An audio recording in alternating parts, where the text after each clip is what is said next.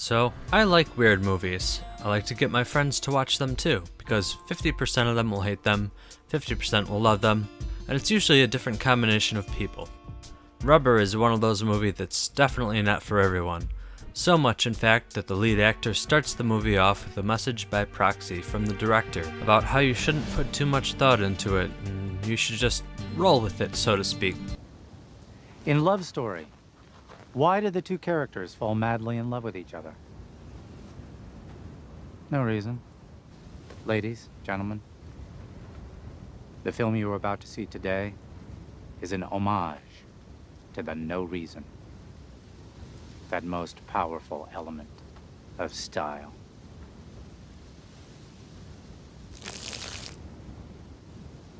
Rubber is a dark comedy about a sentient tyrant named Robert that terrorizes a small town using his... Looks like he has telepathic powers. You mean psychokinetic? Psychokinetic powers. That's the surface plot anyway.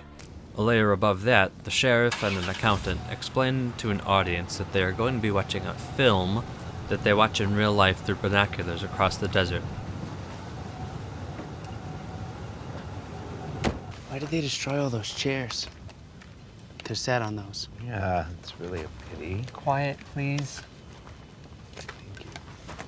Okay, everybody turn around. Good.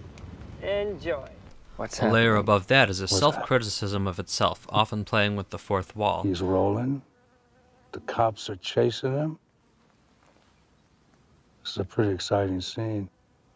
That's so. Where? I can't see. Right there, right straight ahead. There's going to be spoilers throughout, so I'd watch it first if you have an interest.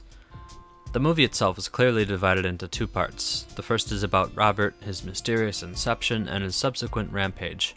Why is Robert a tire? How can he move? Why does he have psychokinetic powers? Why does he destroy everything in his path? No reason. But a few things are interesting to note about him.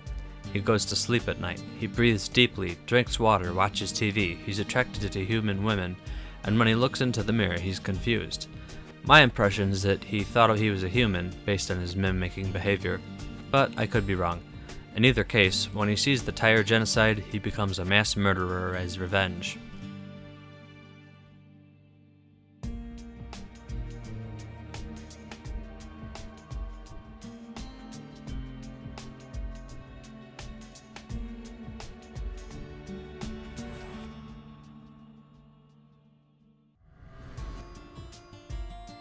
The scenes where he kills humans are almost set up to be like some kind of deadly animal attacks genre. It's filmed closely from behind as he slowly rolls up, and you can practically hear the Jaws theme playing. He starts by crushing a plastic bottle and a scorpion, but a glass bottle makes for a tougher foe, which he either develops his psychic powers for or uses them for the first time. It's very unclear. The second part is the weirder part. All of the people in town are actors, but only the sheriff and the accountant don't know about it, as long as the audience is watching them. The film that he introduced to them in the beginning ends when the audience dies from eating a poisoned turkey. Food!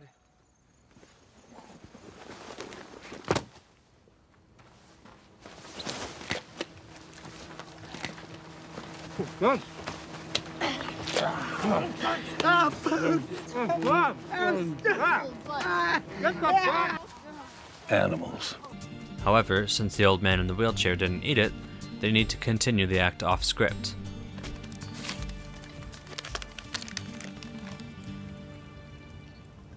Oh God, the kid was right. The killer is a tire.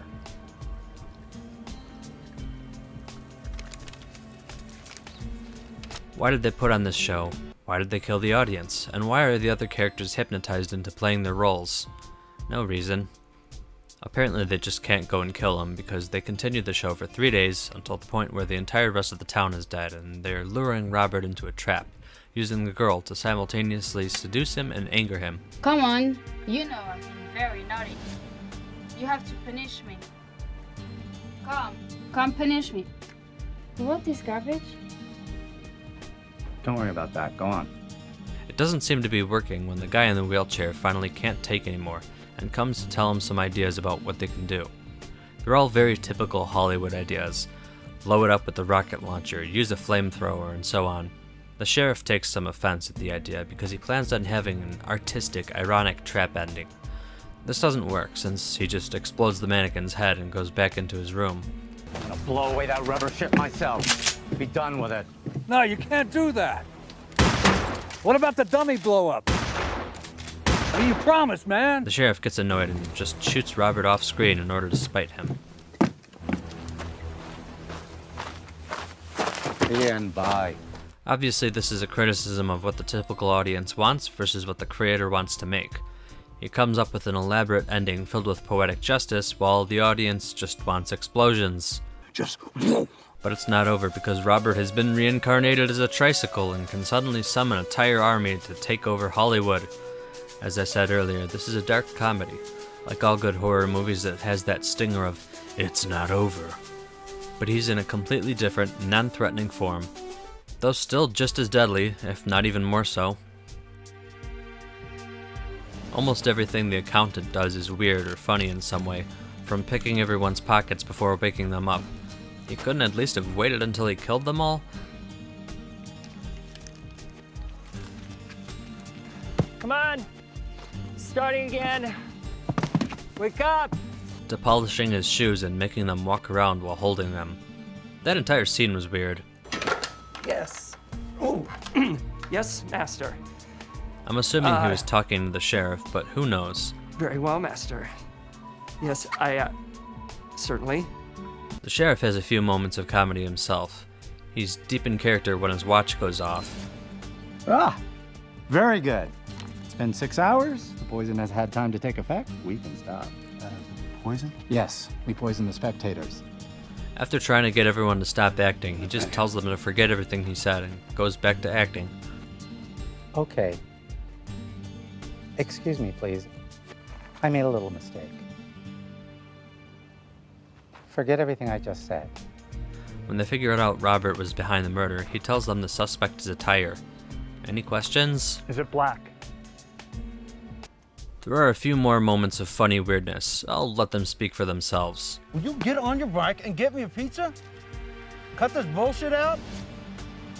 Do it! And don't forget the double toppings!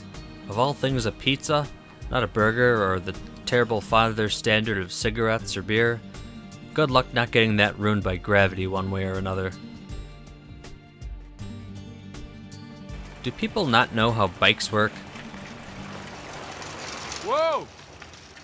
And then there's the desperation of the accountant at trying to get the guy in the wheelchair to eat obviously poisoned food, but quickly giving up and telling his life story instead.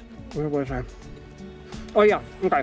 So, my brother falls into a crack, and I don't know why, but instead of going for help, I take this enormous rock, and I smash him into the face with it. Overall, the movie is just generally weird. It's definitely not for everyone. It's slow-paced and heavy-handed in its message about no reason. The pacing is a bit slow for a lot of the time. It's already boring. But much like a David Lynch or early Darren Aronofsky movie, you come for the premise and stay to try and figure out what's going on. If you're the impatient sort or can't handle the no reason concept, Rubber isn't for you. But I love its combination of quirkiness, playing all over the fourth wall, and its ultimate aversion of expectations. I give it a 3.5 out of 5. With this, Horror Month 2018 reviews have ended. Leave a like if you enjoyed this, the review, not the movie, but it would certainly help, I guess. Share it with your friends, and subscribe to see more things like this. While that's all for horror reviews, there are still a few days left of horror game streaming before I go back to my gaming channel, link in the description. I'll see you in November.